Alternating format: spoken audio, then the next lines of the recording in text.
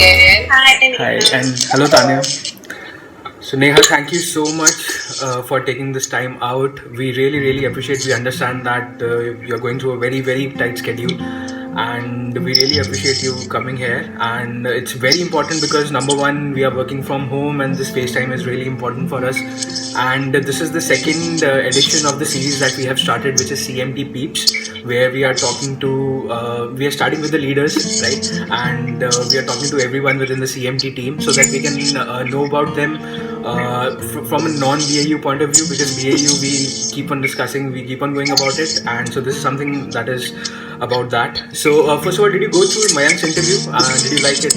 Any comments on that? Absolutely. I think it was quite refreshing. It was a very, different format and candid, conversations from Mayank. I thoroughly enjoyed it. And I think, before you guys get started with my interview, I think I would like to appreciate both of you for this initiative. I think it is a great way to know your colleagues outside of your BAU. So thank you so much, for taking this on, and I'm absolutely looking forward to my, on the spotlight kind of a moment today with you guys. Yes.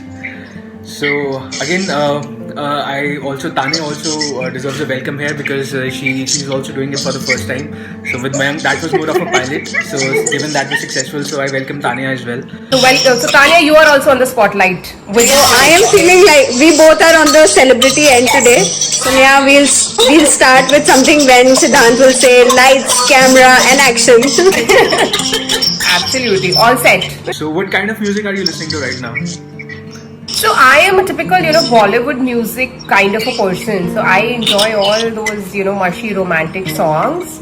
And I think right now it's not about us, that what mood we like to listen to. It's more about our daughter, right? Because she's kind of controlling all the, all the phones and all the, assets in the home. So I think she makes us listen to all stupid, crazy rhymes actually. So Neha, first question that comes to you is about the talk of the town this time, which is how everybody has become a chef in the home and everybody has started cooking.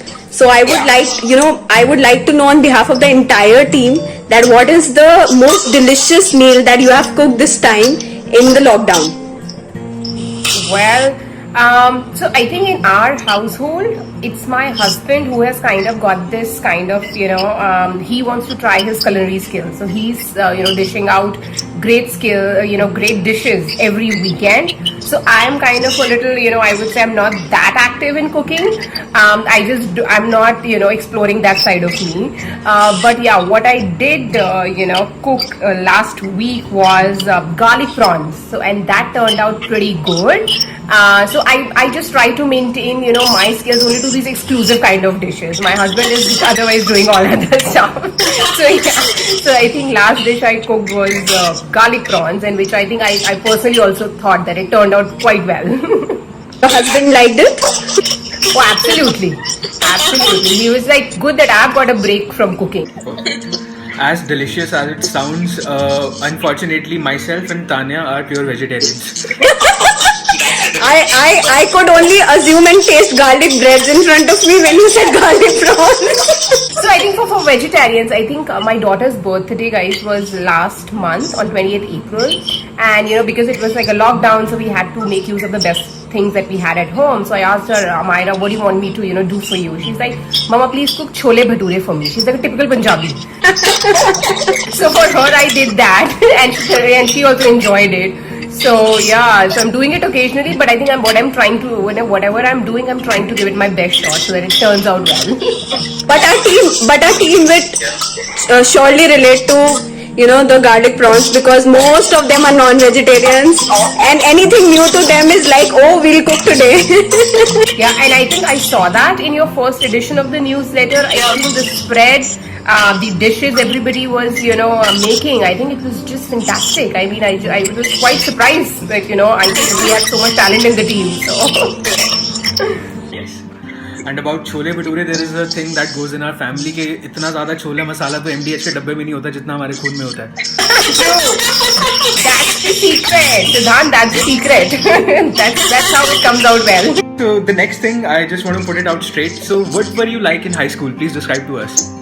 Oh my god, I think I was a total studious kind of a person, no nonsense kind of a person, always in studies. And in terms of the sports, the only sport I played, in my schools at the zonal levels was badminton. So I think these were the two things that I was known for, and I was I think I don't want to say that, but yeah, always a first ranker, typical teacher's favorite kind of a student in the class. And yeah, so I think that's what my and my friends' memories is of me. And I think quite studious kind of a kid, very serious, always studies.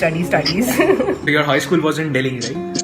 Yes, yeah, absolutely. I have born, brought up, all my schooling, even my post graduations, everything has been in Delhi, and so true Delhiite in that sense. So next is a question from my end. So I'm sure as your daughter might also be fond of some of superheroes. So next question is related to it, wherein can you give us those kinds of instances where you felt like a hero, whether being at home or being in office? Yeah, so I think in terms of being a superhero, or the moments where I felt like I think all the whenever we, and especially from a work perspective, I think all the moments where I feel like my team members getting recognized, right? And sometimes it could be in terms of awards, it could be sometimes coming from partner recognition. I think all those moments for me are sense of pride, where I feel like yes, we achieved something together. We were able to bring some change in the life of somebody, and in this case it could be our business partners. So I think all those moments reflect, whenever I look back on my proud moments, I think those are the ones that always stand out for me. That all the moments of recognition for my team members at all the levels. So yeah, Great to know that, Neha. So Neha, next question, it actually has two parts, one on a lighter note, one on a little serious note. So on a lighter note, let's say there is a 5-year-old. So how old is your daughter, by the way? 5. She's 5. She's 5? Perfect. So how would you explain your job role, your KRS to your daughter? That what is it that you do? She must be asking, I'm sure. She's not. I think she leaves bother to what mama does.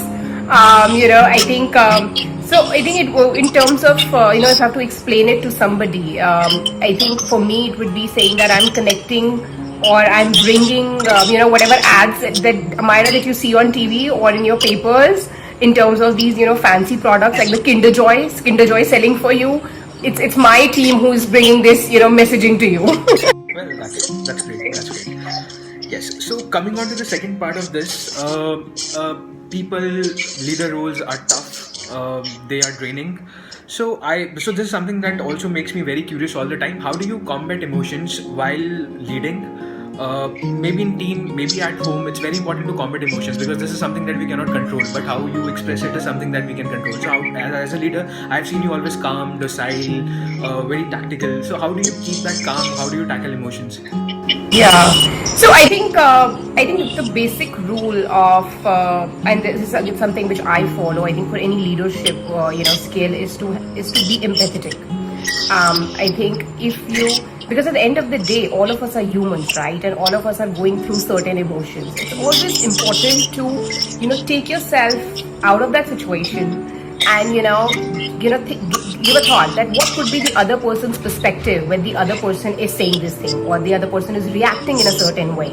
And if you're able to understand the other person's perspective, you can always make that conscious effort of explaining a certain situation better and reviewing it from both the lenses. So I think for me, being empathetic as a leader, I think it's a very crucial skill, because you need to understand different perspectives. You need to be able to go down to that level and understand why somebody is reacting in a way. What is driving that kind of a behavior from somebody? And if you are able to nail that, I think you can always, you can be very fair in that conversation. Rather than getting carried away with emotions. So I think this is one thing which I think for me has worked out well. And I don't know, I know what you guys think. Yeah, I'm saying it has worked out well for me. But I think you guys as team members, experience it more. So yeah, if you guys think that this is working out well or not. It is. I mean, indeed it is. So therefore, this question was at you. and definitely I'm going to take something back out of this. It was great to know that how, in an important situation, when we take, when we are in the middle, how we have to balance it out. It's something which is very important, and that's a good learning for both of us currently. Yes, absolutely. And I think one more thing I'd like to add here, Tanya, would be that at times when we get on a conversation, right, we go with the mindset that I have to get this point proved, right, and in that motive or with that objective, we are not able to understand the other person's viewpoint. So it's always important to go with a very open mindset. Yeah, this is a message I want to give, but at the same time, I'm also willing to hear other person's viewpoint too, so that you are able to come at a path which is mutually acceptable to both the sides. So I think that's also important, that having that openness to hear what the other person is trying to say. Correct, Neha. Very rightly said. So, going off the track little bit. So, as I got recently married, I see this situation n number of times at my home now. And before that, if I would not have understood, I think now, it's there in my head and I know it. And I think that's the beauty about this, right? Because at the end of the day, we are dealing with humans, be it professional, be it your personal life. It's human psychology, right? And if you are able to, master this, I think it works beautifully well, both for personal as well as professional relationships. Correct, Neha. So let's move on to the next question. So this is in terms of what was the last gift that you gave someone? Okay, last gift I gave someone. Okay, so I think last month was my birthday, so I gifted myself. So that I think that does not qualify. So and my daughter's birthday was in April, as I said. So so I think we gifted her a doll that she wanted. So that was the last gift for her. And what were the reactions? Did she like it? Oh yeah, she demanded it actually. She was like, I want this.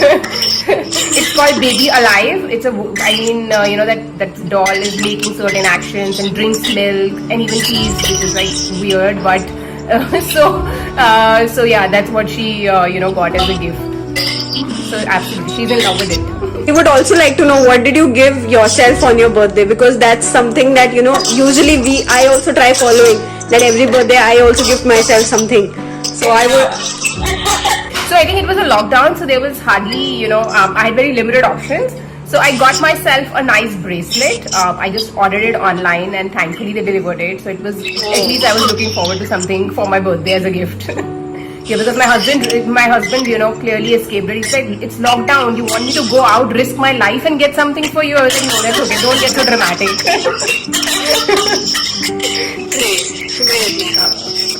Another on a serious note, Neha, every day we encounter problems, any kind of problem. So, how do you solve problems? What is the, let's say, a format that you follow in order to solve a problem? How do you tackle problems? So, I think the fundamentals that I spoke about earlier, right? In any crisis situation, I think two things. One is communicating, right? I think first is we need to be very open about communicating that yes, there is a problem, right? There's no need of shying away from it. It's a problem. It's a problem. It's a crisis, and we have to deal with it. I think first is being that transparent in communication. Second aspect is hearing different perspectives, understanding what needs to be done, what is everybody's viewpoint of tackling this. And then third and the most important is the action step. That okay, now we know it's a problem, we have heard different perspectives, now we need to act upon it. And when we need to act upon it is like, let's prioritize, right? That what is the most critical top 2 or 3 things we need to do, to come out of this problem. So I think those are, I would say, in 3 steps: that communication, then hearing different perspectives, and third is creating an action plan, which is prioritized.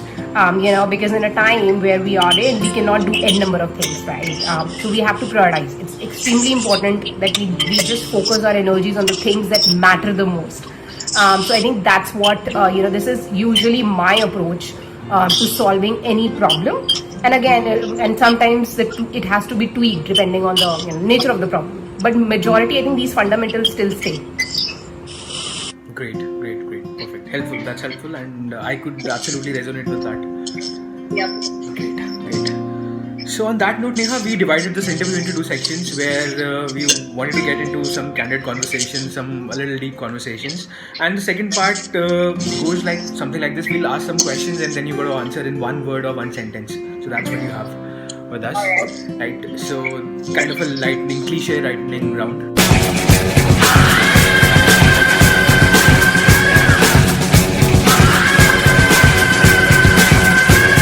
Right. So we'll start with Tanya. Tanya, Yup, Neha. So the first question is room, desk, or a car. What would you clean first?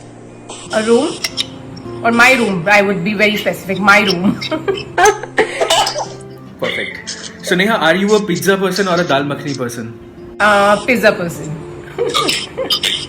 Neha, so you are a cat person or a dog lover? Actually, I am not a very pet lover kind of a person. I mean, I really enjoy watching them, looking at them. I mean, I think both cats and dogs are adorable, and for that matter, even other pets are. But I'm not a kind of a person who will be like mushy with them, or I'm not that sort. I mean, I like to maintain them, maintain certain distance. Yeah. Same here actually. Pets are great as long as they're not mine. Yeah, absolutely. I think that's the perfect way to put it. Approach too, but thankfully in both of my house, I have pet. So now you like them? No, now when you stay with dogs, you start liking them. Yeah. No, I mean, as I said, I like them. They are adorable creatures. I mean, and the kind of love they can give you, I think that's absolutely great. But yeah, I think I still like to maintain that distance. It's not like... Great. So moving on to the next one. Given the ongoing situation, we have pandemics, we have aliens, we have negative things going on. We can expect anything. So what do you think would strike the earth first? Zombies or artificial intelligence killing people? Oh my god, I don't even want to think about it, right? I would really hope that world is a better place to live in and we come out of this situation. So no more of this, please. 2020 has already given us enough. I don't want any of this to happen. Still, who are more adorable, zombies or machines killing people? I can't imagine both. Yeah, I mean, machines killing people, I think that's more scary. I would still prefer zombies. I think still they have something unique about them. Okay, so I have two movies for you of Sunny Deol. Which one was the better one for you? Which was Sunny Deol. Oh my, not a Sunny Deol fan, but still. Okay, go ahead. Shant, I told you. So I was adamant about this question because Sunny Deol is, of course, he's a legend. I said Sunny Deol. He's like Sunny Deol. I said okay, keep it. I was like, I draw the line here. I'm not going to negotiate here. So let's rephrase it. So who is your favorite actor? Favorite actor actually depends on movies, and maybe I think I've come out of that phase where I have more of crushes on the actors. It's more about movies, but still I think I like of course Ranbir Kapoor. I mean that's a Kapoor connection, some connection with the Kapoor. and I think that I also like Siddharth Malhotra for some reasons. I don't know, he's not good at acting, but I still like him. Great. Tanya, who's your favorite actor? Ranveer Singh. Good. His acting is great. Barring his clothes choices off the screen, right? So Neha, what is the first thing that you do in the morning once you wake up? Make myself a good cup of tea and read through the news, like what's happening on the corona. So I think that's, so those are, yes. I think my day cannot start without a good cup of tea, and that has to be made by me. I think that's also a kind of a fetish that I don't like tea made by anybody else. So yeah. Great. So the next question is more towards what is your favorite most thing in your closet right now? Oh, the pajamas. We are living in them. So on a scale of 1 to 10, Neha, how cool are you? I think I would fare bad on that.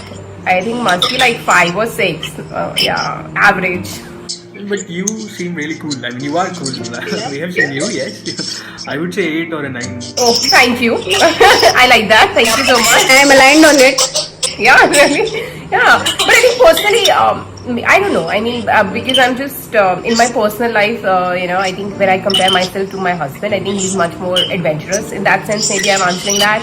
I'm a little, I usually go with tried and tested, approaches. So that ways, I'm not that cool. That's my interpretation of me. So yeah, and an average would be good. Okay, so the next question is, what store do you shop the most? I think Zara, Mango.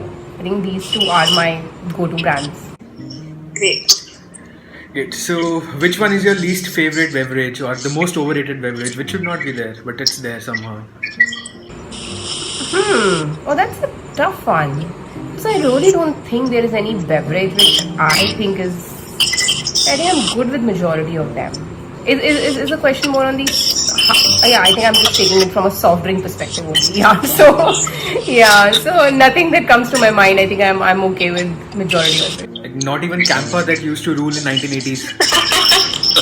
No, I think I still enjoy those Cokes and Pepsis and colas. So I don't think so. Yeah. What about you? Do you guys have an answer to that? Do you think that Campa was overrated?